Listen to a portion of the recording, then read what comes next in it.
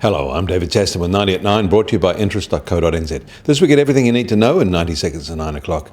With news, ANZ has kept some of the RBA rate cut for itself. But first, the latest version of the ADP Employment Report in the US, the precursor to this weekend's non-farm payrolls report, shows a much lower than expected rise in new jobs created in April.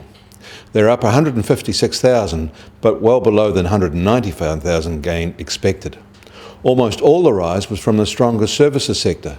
The factory sector shed jobs in April. Two other service sector reports showed similar readings. The American trade deficit shrank to just on $40 billion, its lowest level in a year. Exports fell, however, but imports fell even more sharply, mainly because of lower levels of consumer goods imported. And the first signs of international air freight slowdowns are being reported. IATA says freight tonne kilometres fell 4% in March compared with the same month a year ago.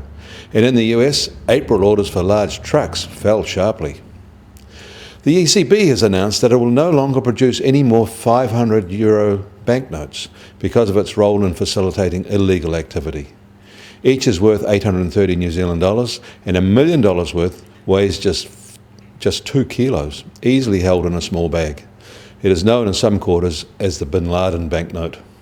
Virtually no other central bank produces a note of such high unit value. It will still be legal tender, however, until they are withdrawn from circulation. However, some see a conspiracy involved to undermine citizens' right to make anonymous transactions, even one to make negative interest rate policies easier to impose.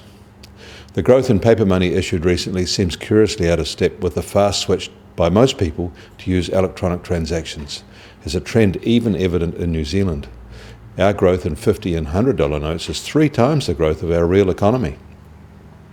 In Australia, all banks have passed on the 25 basis point cut by the RBA yesterday, except the ANZ.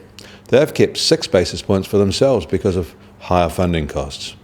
ANZ have formed for this type of move. They led the way in New Zealand, holding on to part of the last rate cut here for the same reason, even though wholesale rates have fallen to near record lows. Regulators just seem to turn a blind eye to this sort of capturing. In New York, the benchmark US Treasury 10-year yield is slightly higher at 1.79%, but the oil price is a tad lower, just over $43 a barrel in the US, while Brent is now just over $44 a barrel. The gold price is also down. It's down $17, now at $1,274 an ounce. And finally today, New Zealand dollar opens at 68.7 US cents, at 92.1 Aussie cents, and 59.8 euro cents. The TWI is now at 71.5. I'm David Chaston. That was 90 at 9, brought to you by interest.co.nz.